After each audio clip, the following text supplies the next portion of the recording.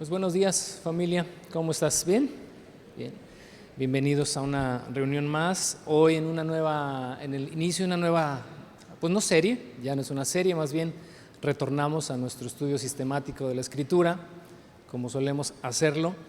Y el día de hoy estamos arrancando con la carta del apóstol Pablo a los Corintios, su primera carta. Nos tomará ahora sí varios meses para continuar, Dios nos dé vida, con la segunda carta. Tal vez nos tome por lo menos todo el año considerar ambas, pero prisa no tenemos, ¿verdad? Así que vamos hasta mañana a disponer nuestro corazón, nuestro pensamiento, todo lo que somos a la exposición de la palabra, y en la medida que vayamos avanzando, que nuestro entendimiento sea edificado, nuestro corazón también, nuestro espíritu sea vivificado por la palabra. 1 Corintios capítulo 1, vamos a considerar hoy los versos 1 al 9, solamente 9 versículos que consideraremos hoy la base de la exhortación del resto de la carta. Y en ese sentido, quiero que sepas más o menos el transcurso de los próximos meses. El resto de la carta, es decir, a partir del verso 10 en este capítulo 1 en adelante y hasta que terminemos en el capítulo 15, es exhortación sobre exhortación sobre exhortación sobre exhortación. Pero yo creo que Pablo utilizó este principio que todos o muchos de nosotros sabemos, de que cuando le vas a señalar a alguien algún error o alguna situación negativa, primero tienes que destacar sus cualidades, ¿no? Es como una de cal por 2 de arena, ¿no? Para que caiga en blandito. Me estaba acordando cuando pensaba en cómo definir esta primera sección, que es la sección introductoria a la carta a los Corintios.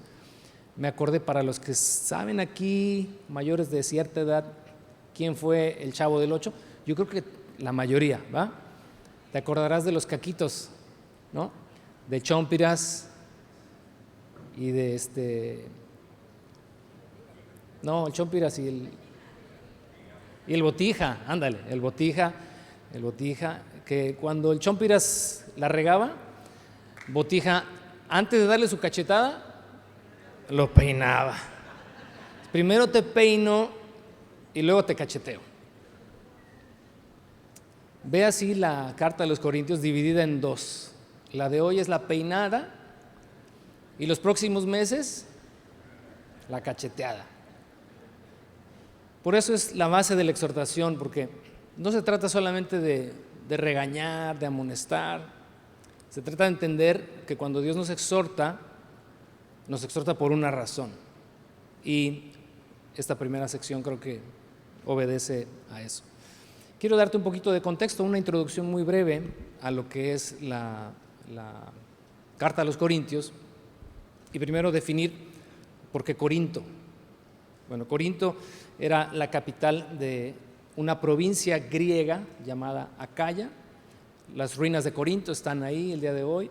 Es una ciudad a escasos 65 kilómetros de la ciudad de Atenas. Y ahí esa localidad era una localidad muy particular porque era un centro comercial, administrativo, de relevancia y de importancia. Era muy famosa por su lujo y por su inmoralidad. Más o menos, si la pudieras hoy comparar con alguna ciudad, tal vez un tipo Las Vegas. Corinto tenía la característica de ser una ciudad muy, muy inmoral, sobrepasando a muchas ciudades inmorales, ¿verdad?, en torno a ella. Tenía una población muy diversa, romanos obviamente, porque era una provincia también ya conquistada por el imperio. Había también judíos y obviamente había griegos, los locales.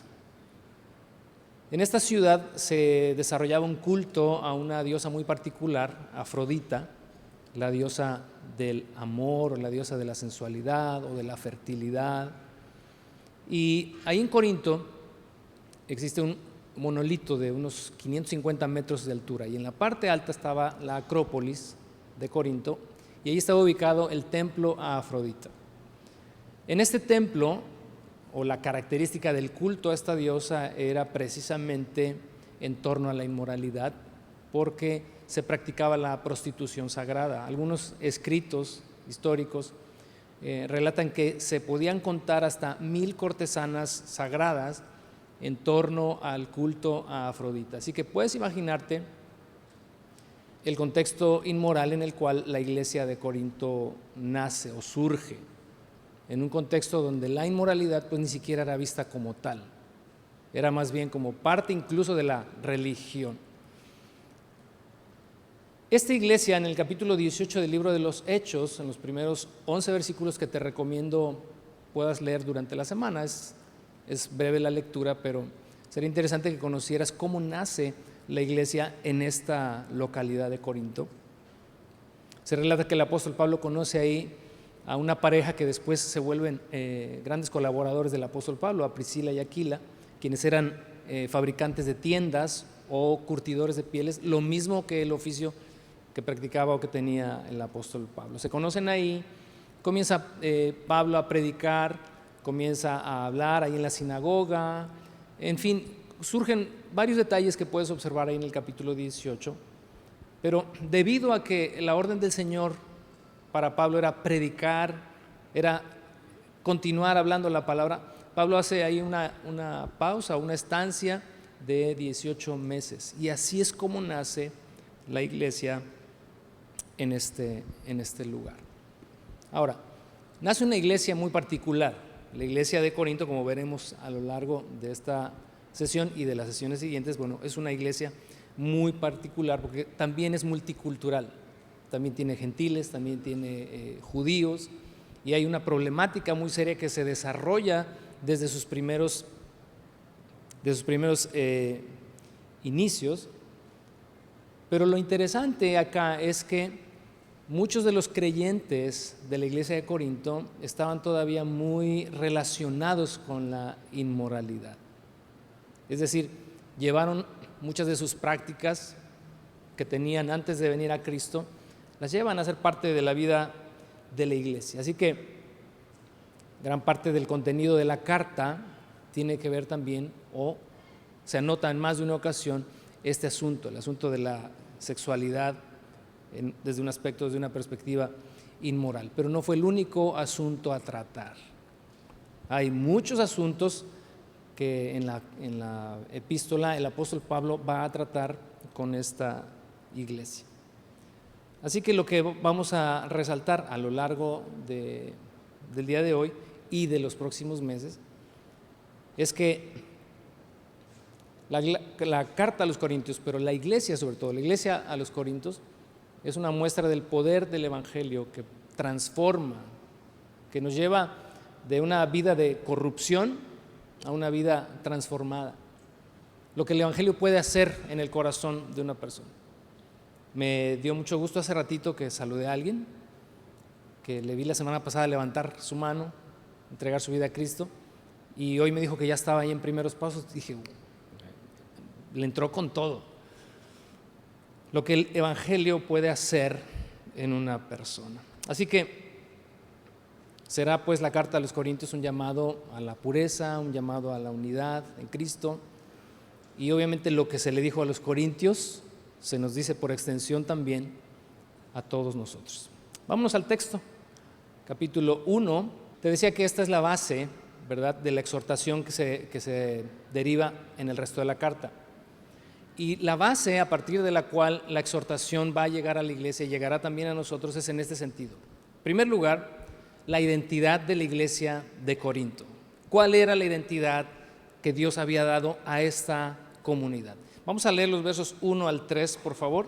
Y dice así: yo, Pablo, elegido por la voluntad de Dios para ser un apóstol de Cristo Jesús, escribo esta carta junto con nuestro hermano Sóstenes. Va dirigida a la iglesia de Dios en Corinto, a ustedes que han sido llamados por Dios para ser su pueblo santo. Él los hizo santos por medio de Cristo Jesús, tal como lo hizo con todos los que en todas partes invocan el nombre de nuestro Señor Jesucristo, Señor de ellos y de nosotros. Que Dios nuestro Padre y el Señor Jesucristo les den gracia y paz. Espero hayas observado, y si no, observes y puedas incluso subrayar en tu Biblia, o si estás tomando notas, tomar nota de esto. ¿Cuál es la identidad que el apóstol Pablo, por medio del Espíritu, le otorga a esta iglesia en ese lugar, en esa localidad?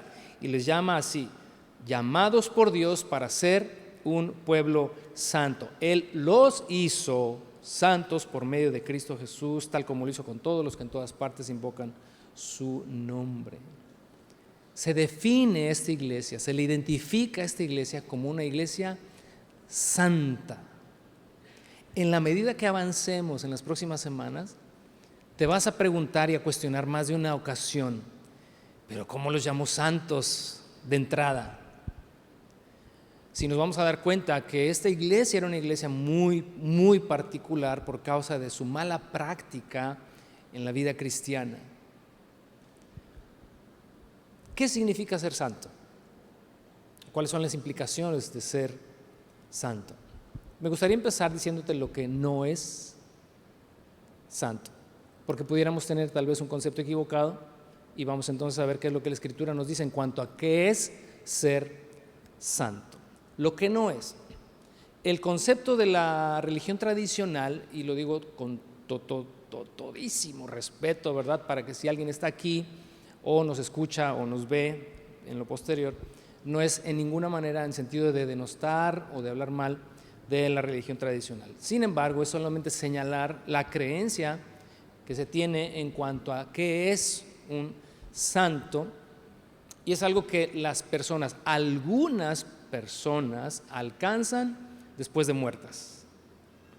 Después de muertas se hace una revisión, un análisis exhaustivo de su vida, de su obra, de sus escritos, y si hubo tal o cual milagro que pudo haber realizado, entonces se le canoniza y se le puede definir como santo. En este sentido, o desde esta perspectiva, es algo que se tiene o que se puede alcanzar, posibilidad de alcanzar.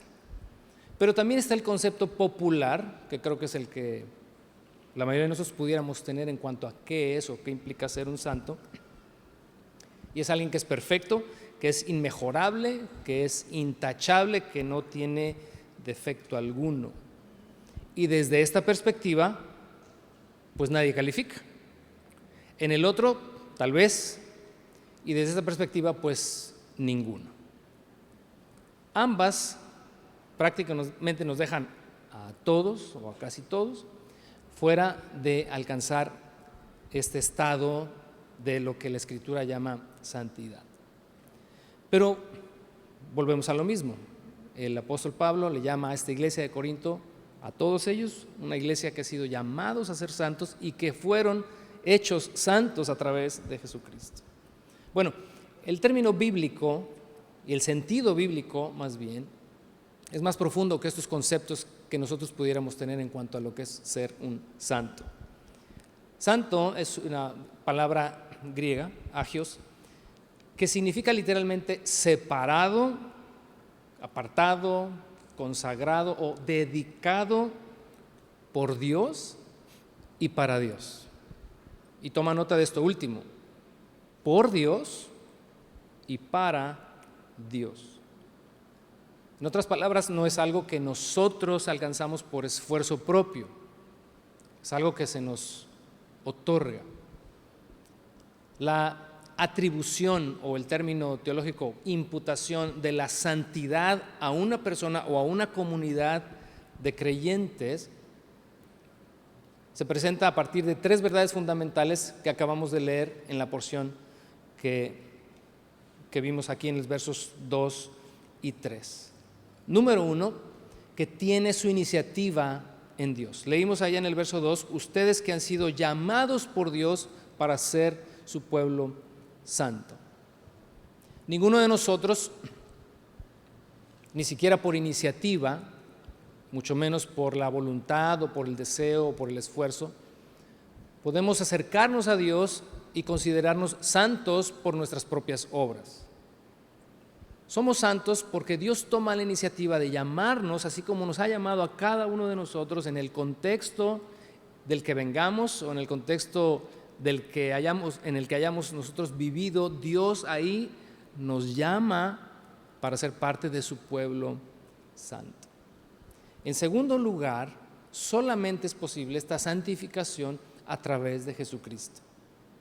No hay manera de que el llamado de Dios hacia la persona para que forme parte de su pueblo excluya la obra de Cristo en la cruz del Calvario por nosotros. Así como nos es atribuida o imputada la justicia de Dios a través de Jesús, es decir, que somos declarados justos a pesar de ser culpables, de igual manera la santidad, a pesar de que somos imperfectos, de igual manera la santidad nos es atribuida, nos es imputada por causa de la santidad de Cristo Jesús. Hay una canción que hemos cantado a lo largo de los años, Tu santidad me envuelve, y esa canción de alguna manera expresa o refleja que en la santidad de Cristo somos nosotros refugiados, cobijados y somos aceptados como santos delante de Dios. En tercer lugar, es universal. No es para algunos, no es para tal raza, para tal nacionalidad, no es para tal linaje, es para todos. Dice ahí el verso, continúa en el verso 2 que acabamos de leer y la parte del verso 2 solamente. Él los hizo santos, dice, por medio de Cristo Jesús, tal como lo hizo con todos los que en todas partes invocan el nombre de nuestro Señor Jesucristo, Señor de ellos y de nosotros. Le está diciendo entonces a la iglesia de Corinto, ustedes no son los únicos santos, son parte de un gran pueblo alrededor del mundo, a lo largo de la historia, de todos aquellos que invocan el nombre de Jesucristo como Señor. Así que en este sentido los corintios no tenían que esforzarse por algún día, tal vez después de muertos, llegar a ser santos. Ni tampoco tenían que desanimarse debido a su imperfección al sentir que no calificarían para ser santos. Ya eran santos. Desde esta perspectiva, que es la perspectiva bíblica, es hermoso pensar que todos los que estamos aquí reunidos, y si no todos, casi todos, porque habrá tal vez uno que otro por ahí que no haya aceptado el llamado de Dios para ser parte de este pueblo santo, pero la gran mayoría de los que estamos aquí, esta comunidad es una iglesia de santos.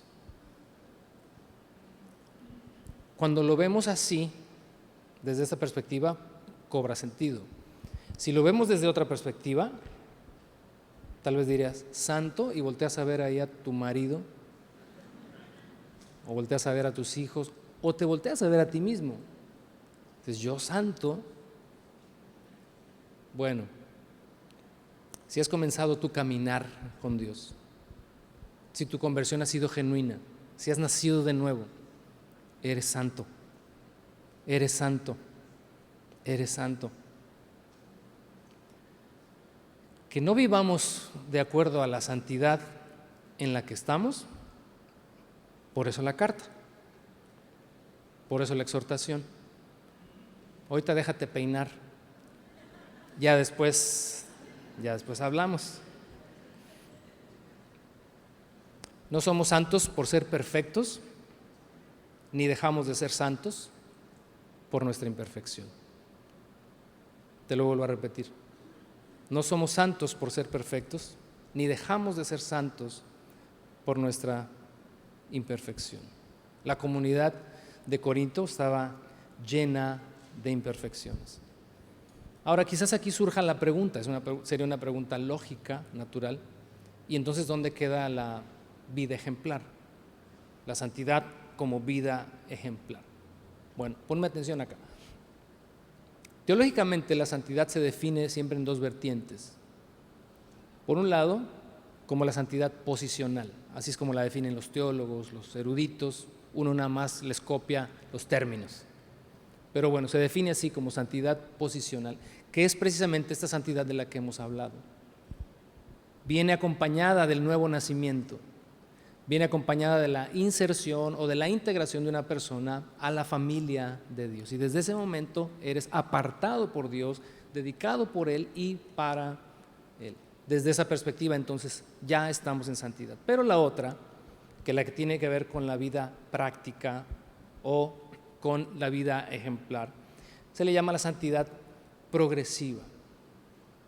Estos dos sentidos los vas a encontrar una y otra vez en la Escritura, y el contexto te dirá si se refiere a la santidad posicional, aquella en la que tú no haces nada más que simplemente recibir la salvación de Dios a través de Jesús.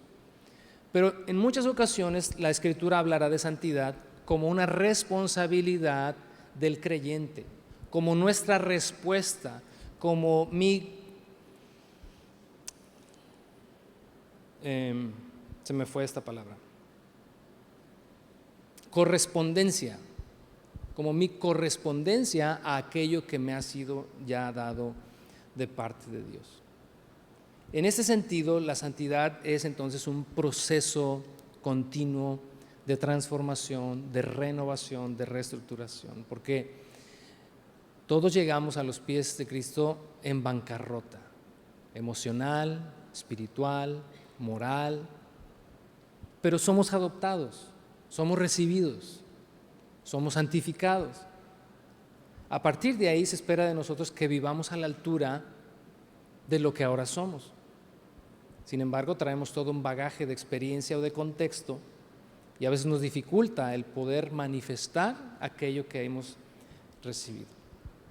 En este desarrollo de la santidad no hay un límite de tiempo.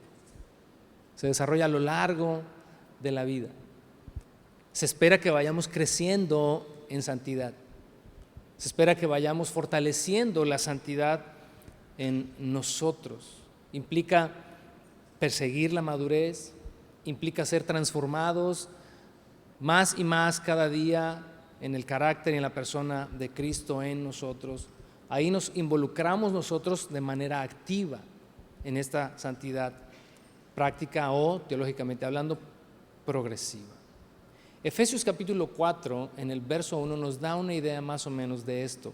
Y dice el apóstol Pablo: por lo tanto, yo, prisionero por servir al Señor, les suplico que lleven una vida digna de o acorde a el llamado que han recibido de Dios, porque en verdad han sido llamados. ¿Cómo pudiera ilustrarte esto? De vivan de acuerdo al llamado que han recibido. Es como cuando una persona, tal vez niño, tal vez adolescente, es adoptado en una familia. Es adoptado y a partir del momento en el que legalmente es parte de esa familia, ya no tiene que esforzarse por ser hijo. Ya es un hijo. Ya se le atribuye legalmente un estado, una posición dentro de la familia. Ya es, desde esta analogía, santo. Pero también se espera que viva como hijo y que se comporte como un hijo. Si antes buscaba la comida en el bote de la basura, hoy se espera que la busque en el refrigerador. Si antes no tenía modales, hoy se espera que tenga modales. Y si no los tiene, se les va a enseñar, se les va a instruir, etcétera, etcétera, etcétera. Pero ya es un hijo, nada más que a veces no se comporta como tal. La exhortación aquí en Efesios capítulo 4, verso 1 es a que vivamos de acorde o a la altura o conforme al estándar del llamado que hemos recibido. Hemos sido llamados a ser santos, bueno, vivamos como tales. Ahora, en un contexto inmoral como el que vivía o como el que prevalecía en el tiempo en el que la iglesia de Corinto estaba renaciendo, la santidad cobra mayor relevancia. Porque en un ambiente saludable, la santidad se facilita. En un ambiente opuesto, la santidad se complica. Es como, pues para variar, como dice el dicho, que en arca abierta hasta el más justo peca. Y obviamente, en un contexto como el de Corinto, que una iglesia pudiera vivir pureza y santidad era algo complicado. Es como si hoy, simplemente de la nada, fuéramos trasladados a la ciudad de Las Vegas, ahí al centro de la inmoralidad, y suponer que por estar ahí, no, a nosotros no, nada de eso nos afecta o nada de eso nos afectaría. Pero pensando en la iglesia de Corinto, fíjate que también creo que nuestro contexto no difiere mucho del que aquellos hombres y mujeres de hace 2000 años vivieron. No me voy a entretener en ello, porque aunque me asaltó la tentación de pues, ver algunas estadísticas y de cosas así, de números, ¿no? de cómo la inmoralidad hoy de verdad es el pan de cada día y nos hemos habituado a ello. Nos habituamos en el sentido de que, bueno, tratamos de ignorarlo, pero ya lo vemos como algo normal. Y hablando de normalidad o de normalización de las cosas que no son, en las últimas 2 semanas, fíjate, la semana pasada estábamos en la Semilla en casa y oímos a la distancia ta, ta, ta, ta, ta, ta, ta, ta, y nos quedamos así como, esos son balazos. Sí, son balazos, pero continuamos con el estudio. Y antier, bueno, sí, al día siguiente supimos que hay cerquita de tu casa una balacera y mataron a fulano de tal.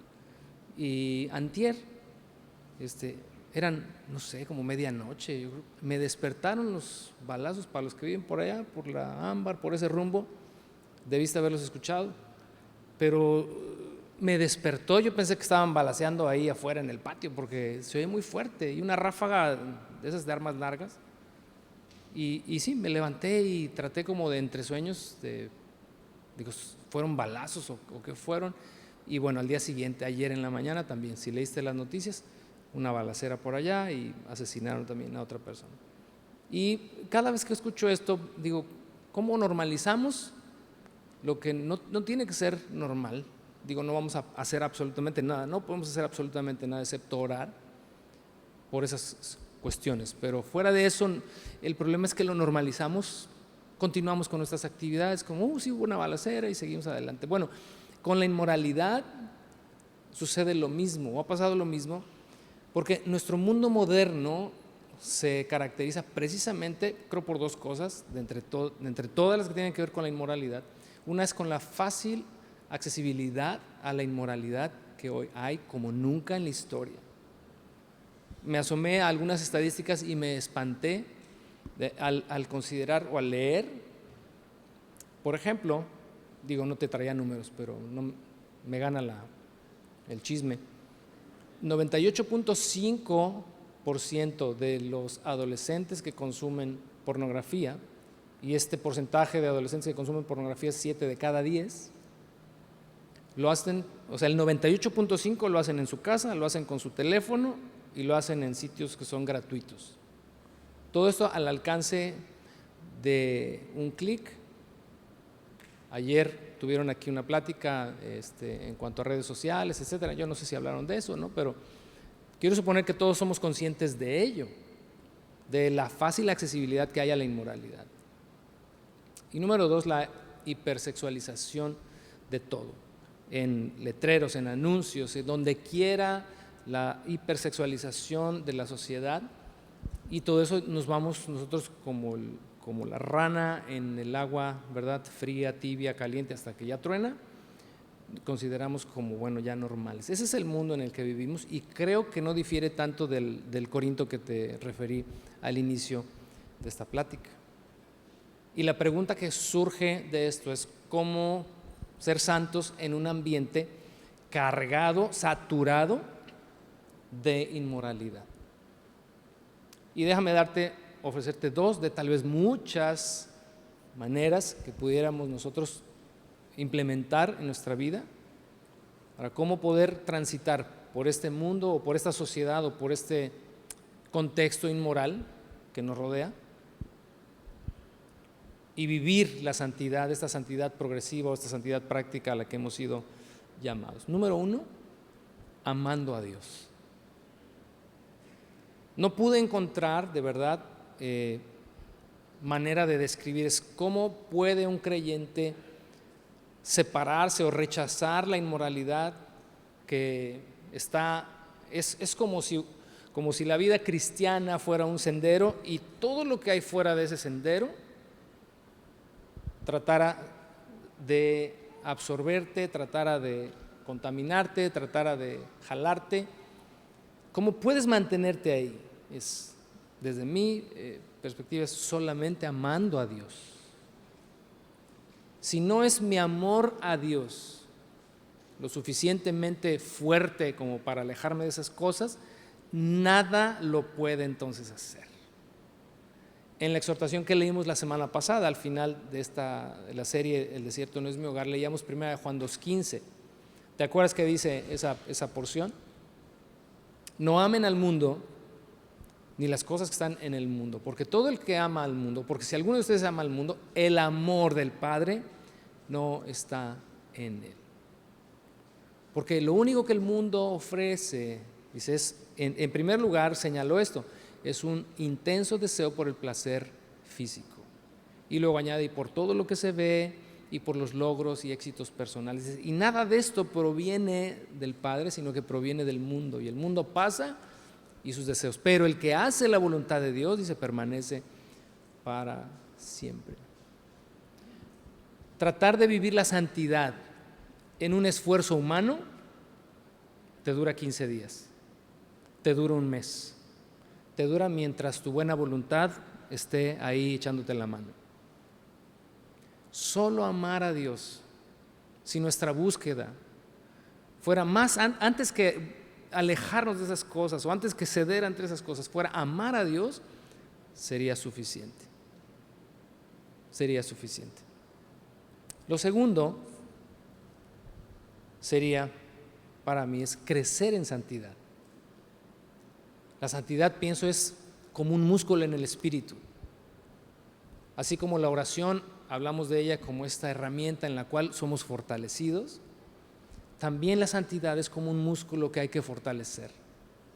Ya fuimos llamados a ser santos, ya somos santos, tenemos este lugar que Dios nos ha dado en su familia, pero nos invita continuamente a crecer en santidad, a fortalecer nuestra vida espiritual de manera que cada paso que vayamos dando lo hagamos con mayor firmeza.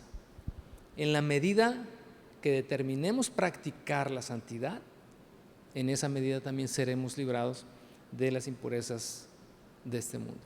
Quiero darte un ejemplo de esto en la experiencia que vivió Lot.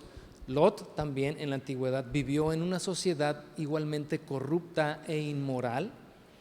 Ahí sí ya no sé si tanto como la de ahora, porque por lo que lee uno en las porciones, ¿verdad? En la porción en el libro del Génesis en cuanto a la experiencia de Lot, ahí sí en Sodoma y Gomorra sí estaban bravos.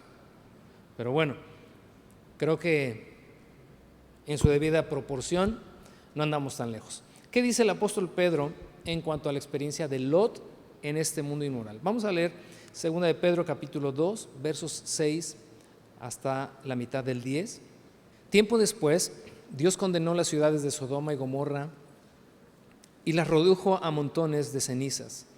Las puso como ejemplo de lo que sucederá a la gente que vive sin Dios. Sin embargo, Dios también rescató a Lot y lo sacó de Sodoma. ¿Por qué? Porque Lot era un hombre recto que estaba harto de la vergonzosa inmoralidad de la gente perversa que lo rodeaba. Así es, Lot era un hombre recto, atormentado en su alma por la perversión que veía y oía a diario. Como ven, el Señor sabe rescatar de las pruebas a todos los que viven en obediencia a Dios, al mismo tiempo que mantiene castigados a los perversos hasta el día del juicio final. Él trata con particular severidad a los que se entregan a sus propios deseos sexuales pervertidos. Ahora, déjame decirte algo antes de terminar este primer punto. La iglesia de Corinto no tenía este celo por la santidad de Dios. Lo veremos capítulos más adelante. Era una iglesia muy permisiva con la inmoralidad. Por eso la exhortación. Así que a través de la exhortación, Dios busca que esta iglesia, la iglesia de Corinto, adquiera celo por la santidad. El segundo elemento base de la exhortación, el primero fue su identidad como una iglesia santa, el segundo es su capacidad como una iglesia dotada por los dones del Espíritu Santo. Vamos a leer versos 4 al 7, ahí del capítulo 1. Y dice el verso 4: siempre doy gracias a mi Dios por ustedes y por los dones inmerecidos que les dio ahora que pertenecen a Cristo Jesús. Por medio de Él, es decir, por medio de Cristo, Dios ha enriquecido la iglesia de ustedes en todo sentido, con toda la elocuencia y todo el conocimiento que tienen. Eso confirma que es verdad lo que les dije acerca de Cristo. Ahora tienen todos los dones espirituales que necesitan mientras esperan con anhelo el regreso de nuestro Señor Jesucristo. Una iglesia de creyentes que ha sido santificada por el Espíritu, recibe también por el mismo Espíritu los dones y las capacidades necesarios para que ésta se pueda desarrollar. ¿Recuerdas una porción que leímos también semanas atrás? Porque no nos ha dado Dios un espíritu de cobardía, sino de poder, de amor y de dominio propio. Y también leemos en Gálatas capítulo 6, el don del Espíritu, el fruto del Espíritu es amor, gozo, paz, paciencia, benignidad, bondad, fe, mansedumbre, templanza o dominio propio. Dice, no hay ley que condene ninguna de estas cosas. Pero no solamente eso, también dice, y como leeremos ya casi al final, por ahí 3/4 de la carta, que Dios nos ha dado dones espirituales y ha derramado dones en su iglesia para la edificación del cuerpo, para que unos a otros nos edifiquemos. En otras palabras, en esta primera etapa de identificación, la iglesia es llamada a ser santa. En esta segunda base de la exhortación, Dios dice, no solamente te he llamado para ser santa, sino que te voy a dar todas las herramientas que necesites para que puedas vivir una vida acorde a lo que eres, para que puedas experimentar la santidad en el diario vivir. Y entonces el apóstol Pablo en este segundo segmento aborda esto, porque la iglesia de Corinto, fíjate, era una iglesia que había sido dotada de todos los dones espirituales que ella necesitaba para ser una iglesia exitosa, en el sentido de ser una iglesia pura en medio de la inmoralidad que prevalecía ahí. Sin embargo, la iglesia de Corinto era una iglesia de grandes, muy grandes contrastes. Por un lado, rebosaba en dones espirituales, pero por otro lado, era una iglesia dividida. Lo vamos a ver ya la próxima semana. Así arranca la exhortación a partir del verso 10. Era una iglesia donde había divisiones, había facciones, no solamente de preferencia, en realidad había pleitos entre ellos por las preferencias que cada uno de ellos tenía. Era una iglesia inmadura, lo veremos en el capítulo 3. Pablo les llama la atención por ser inmaduros, ser todavía niños y no ser en su espíritu, no ser ya adultos, no ser maduros, no haberse fortalecido en el Señor, todavía tenerles que explicar las cosas como si fueran recién nacidos en la fe. Era una iglesia, lo veremos en el capítulo 4, una iglesia arrogante. Era una iglesia que creía que ya podía transitar por la vida sin la necesidad o la supervisión de Pablo o de alguno de ellos. Dice Pablo, sienten ustedes que ahora reinan sin nosotros. Ojalá, dice, reinaran en ese sentido de dominar. Ojalá ya fueran maduros, dice, pero no lo son todavía. No solamente era arrogante, sino que también era una iglesia permisiva con la inmoralidad. En el capítulo 5, llegaremos allá, había una situación dentro de la iglesia en la que un hombre de la congregación estaba intimando con la esposa de su padre, con su madrastra, y la iglesia dice que se sentía orgullosa de ello. Y Pablo llama la atención duramente, porque dice, ¿cómo es posible? Dice que entre ustedes se practiquen cosas que ni siquiera afuera. Cuando dice que ni siquiera afuera, imagínate, si algo caracterizaba a Corinto era la inmoralidad, dice, pues ni siquiera los inmorales de afuera practican las cosas que ustedes permiten que se practiquen dentro de sus 4 paredes. En el capítulo 6 veremos que era una iglesia conflictiva también. Había demandas legales de unos con otros. Es que yo le presté, yo le vendí, es que yo le fié, no me pagó y lo voy y lo demando. Y Pablo lanza una exhortación muy fuerte también en el capítulo 6. Era una iglesia también egoísta, era carnal. En el capítulo 11, de hecho citamos muy continuamente, cada mes citamos 1 Corintios 11, espero te hayas dado cuenta. Cuando celebramos la cena del Señor, cuando celebramos la comunión, citamos 1 Corintios capítulo 11, porque ahí es donde Pablo precisamente les exhorta por cómo desarrollan la cena del Señor. Obviamente nosotros omitimos la exhortación porque vamos solamente al principio que se prescribe ahí en cómo celebrar la cena del Señor y por qué celebrarla. Pero el contexto anterior es una llamada de atención, porque hoy, y digo, ojalá algún día podamos celebrar la cena del Señor como se hacía en antaño, pero la cena del Señor en la iglesia de Corinto cada quien llevaba, era de traje, cada quien llevaba ahí algo para comer, para compartir, pero eran tan egoístas que dice, cada quien lleva su propio lonche y muchos de ustedes terminan hasta borrachos. O sea, no era participar de la copa del Señor, era chutarte la botella entera. Y entonces la exhortación va en torno a eso, y luego viene ahí en el mismo capítulo 11 la disciplina, pero ese es el contexto más o menos en el cual se escribe esto. Era una iglesia también, lo veremos en el capítulo 14, abusiva, porque como habían recibido, de esto que estamos en el punto 2, habían recibido muchos dones espirituales, ya se habían vuelto espiritifláuticos. Yo me puse a buscar, dije, siempre uso ese término espiritifláutico, y dije, tengo que buscar si realmente aplica o no aplica, y ya me llevé la sorpresa que no aplica, pero ya como que ya se entiende, ¿verdad? Porque dice que espiritifláutico es alguien que es muy, pero muy flaco. No me sonó ahí la definición que le dio, y le busqué, casi todos me llevaron a lo mismo.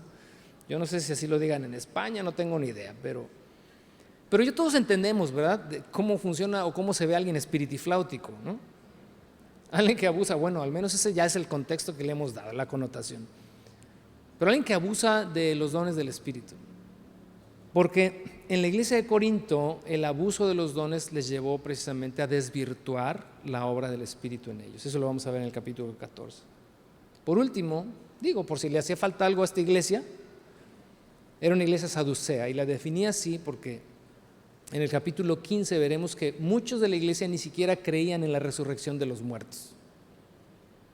Para muchos de los corintios, la vida cristiana era solamente recibir los beneficios que me da el ser parte de la iglesia hoy. Y entonces la exhortación también en el capítulo 15 va en torno a eso. Ahora, pregunta, ¿cómo se puede ser santo desde esta perspectiva posicional y no progresiva? Desde la perspectiva posicional, ¿cómo se puede ser santo? ¿Cómo uno puede estar dotado por el Espíritu con todos los dones y con todas las cosas que el Espíritu Santo quiera proveernos, y a la vez ser tan carnal? Hay un debate, y pues algunos de ustedes sé que se han hecho esta pregunta, me han hecho esta pregunta también en más de una ocasión: ¿hay cristianos carnales o no los hay? Yo creo que sí. Es que hay algunos predicadores de renombre y muy respetables, que dicen que no, que si eres cristiano no puedes ser carnal. Yo digo, bueno, pues nada más lee la primera carta a los Corintios y te vas a dar cuenta que en la peinada pues les dice son una iglesia santa, y les dice también que están capacitados y llenos de todos los dones del Espíritu. Les da todas estas bases para la exhortación, pero todo lo que lees en el resto de la carta define a un creyente como en los puntos que te acabo de dar: carnal a más no poder. Pero la pregunta es, ¿cómo puede esto suceder? Romanos capítulo 11, verso 29 tiene un principio que nos va a ayudar a entender estas cosas, y ojalá que vayas armando también tu propio mapa, tu propio rompecabezas. Dice Romanos 11, 29, pues los dones de Dios y el llamado de Dios, es decir, esta santidad posicional, son irrevocables, es decir, que no se pueden anular. ¿Cuál es el peligro de esto? Toma nota. El peligro es que pudiéramos nosotros, por el hecho de sabernos santos posicionalmente, es decir, nací de nuevo, me congrego, tengo comunión con Dios, etcétera, soy santo en este sentido. Y no solamente eso, sino que los dones de Dios operan a través de mí. Puedo yo suponer entonces que la santidad práctica no es tan importante. Sí es importante y es muy importante, y esa es la razón, la causa por la que se escribe esta exhortación. Porque esta iglesia, tal vez ya se sabía santa, tenían infinidad de dones espirituales fluyendo en ellos, elocuencia, todas estas cosas que acabamos de leer, pero Pablo pone el dedo en la llaga y dice, no, la santidad tiene también que derivar en una vida práctica, honorable. Y esto nos lleva a la tercera y última base de la exhortación, y es su seguridad.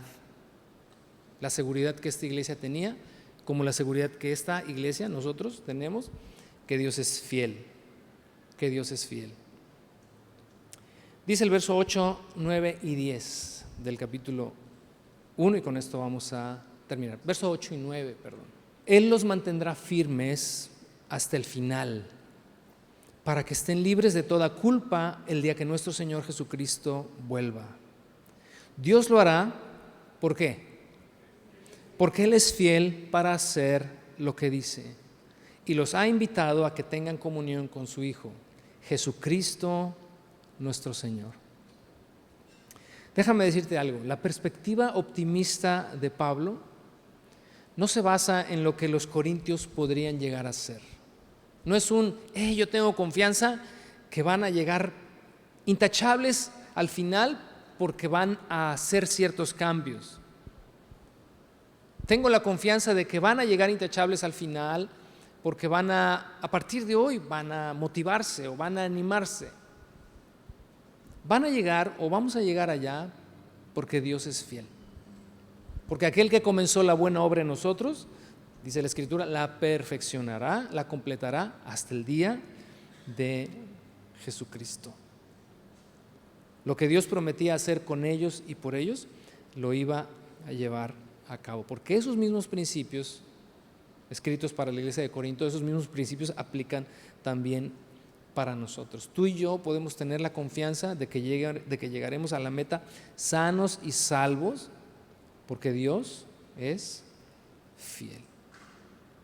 Que en medio de este mundo de caos, en medio de este mundo que va contra los principios de Dios, seremos guardados y seremos librados. Que si Dios lo ha dicho, así lo hará. Juan capítulo 6, verso 39. Guarda, atesora esto en tu corazón, porque todas estas cosas tienen que ver con la seguridad que tenemos o que debemos tener cada uno de nosotros de nuestra salvación. La voluntad de Dios, dijo Jesús, es que yo no pierda ni a uno solo de todos los que Él me dio, sino que lo resucite en el día final. Y te digo algo ya casi para cerrar, que si aún siendo santos no vivimos la santidad en la práctica, Dios es fiel y buscará la manera de santificarnos. Escucha esto, por las buenas, por las malas o por las peores o por las extremas. La disciplina de Dios tiene que ver con esto. En el capítulo 11, en el verso 30, ahí si tienes chance, léelo durante la semana. Sería interesante que reflexionaras en ello, no para generarte temor ni mucho menos, o tal vez sí, lo necesitas quizás. Habla de la disciplina de Dios a esta iglesia de Corinto. En el capítulo 11, verso 30 de esta misma carta, cuando el apóstol Pablo menciona esto de cuando se sientan a la mesa del Señor, dice, unos comen su propio pan, no comparten, otros se emborrachan. Y Y dice, por esta causa, por menospreciar lo que son y lo que deben ser en Cristo, dice, hay muchos enfermos, hay muchos debilitados entre ustedes, e incluso dice, ya muchos han muerto. Dice, pero esto es por causa de la disciplina de Dios. Si nos examináramos, dice el apóstol Pablo, a nosotros mismos no seríamos juzgados, pero somos juzgados para no ser condenados con el mundo. Hablé de esto la semana pasada en otra iglesia, no aquí, y hablaba de la disciplina de Dios. Como muchas veces nosotros no conectamos situaciones que pudiéramos estar viviendo de escasez, de pérdida de salud, de pérdida de cualquier tipo de adversidad, de oposición, por causa de estarnos yendo por la tangente. La exhortación tiene la finalidad de hacernos despertar y de que tomemos el rumbo nuevamente. Pero si somos necios, siendo ya parte del pueblo de Dios, siendo santos en esta posición que Dios nos da, si no atendemos, Dios es fiel. Este punto es, Dios es fiel. Y como nos va a llevar al final, a la meta, sanos y salvos, ahí sí déjame usar mi código postal, si lo va a hacer de las greñas y si lo va a hacer a punta de vara, nos va a llevar. ¿Me explico, va? Pero como dijo Juan Gabriel, en paz descanse, pero qué necesidad, ¿para qué tanto problema? Esta, versos 1 al 9, es la base de la exhortación. Y recapitulamos para cerrar. Número 1, hemos sido apartados por Dios y para Dios. Número 2, hemos sido equipados con sus dones para nuestra santificación. Número 3, porque su propósito y determinación es llevarnos a la meta sanos y salvos. Corinto, la iglesia de Corinto no era una iglesia perfecta. Semilla tampoco lo es. Sin embargo, a los ojos de Dios, siempre fue una comunidad de santos, así como también nosotros, a los ojos de Dios, indistintamente en la etapa en la que estemos, a los ojos de Dios somos una comunidad de santos, para su gloria, para su honra y para su alabanza. Por lo tanto, recibamos las próximas semanas la exhortación que corresponda a cada uno de nosotros. Vamos a ponernos de pie y vamos a orar.